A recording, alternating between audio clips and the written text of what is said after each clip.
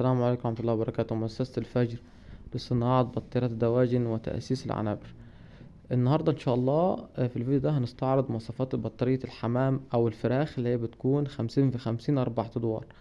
طبعا البطارية دي بتكون صافي مساحة من جوه 50 في 50، ارتفاع العين بيكون 40 سنتي. طبعا كل عين لها درج نظافة، كل عين لها درج لها درج نظافة. كمان الأرضية بتكون شبك بلاستيك، وتحت الشبك ده احنا بنزود خشب دعامة بحيث ان يتحمل احمال فوق يتحمل احمال الشبك، بحيث لو الشبك حمل حمل او حبينا نحط مثلا فراخ او زن تجيلة ولا حاجة. طبعا احنا هنا كمان عاملين اضافة حلوة خالص، ان احنا بنخلي ظهرية البطارية دي سلك فوق الخشب اهو. ظهرية كل بطارية من دي خشب، بس احنا حاطين فوق منه سلك علشان حتى لو العميل او الزبون حب يربي كتاكيت مثلا بلدي او كتاكيت بيضة مثلا، الكتكوت ما يوجعش من الظهرية.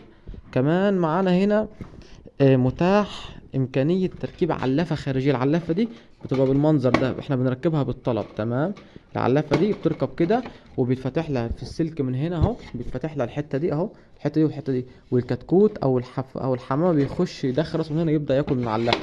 طبعا احنا هنا كل شغلنا بيكون خشب سدايب محملة، خشب جديد. كمان احنا بنتميز بان احنا بندهن الشغل بتاعنا او بنرشه علشان يتحمل يتحمل الشمس ويتحمل العوامل الجوية، وكمان يتحمل الرطوبة والمية. البطارية دي ممكن يتربى فيها فراخ، ممكن يتربى فيها حمام، ممكن يتربى فيها اي حاجة لان ارضيتها شبك بلاستيك وتحت منها الدرج. طبعا البطارية دي احنا بنطلعها بالدرج بتاعتها، عاملين عليها عرض. البطارية دي ب750 بدل من 1000 جنيه. البطارية بتبقى ليها 3 دراج نظافة اهو. تمام. طبعا احنا هنجيب قالب مثلا، وليكن قالب بلوك مثلا اللي هو المحمل ده، ونحطه ونشوف نختبر متانة الشبك اهو. بكده احنا حاطين قالب بلوك في نص العين، يعني المفروض في النص يكون التحميل ضعيف اهو. القالب ده من وجهة نظر انا ممكن يعدي حوالي 7 كيلو او 8 كيلو.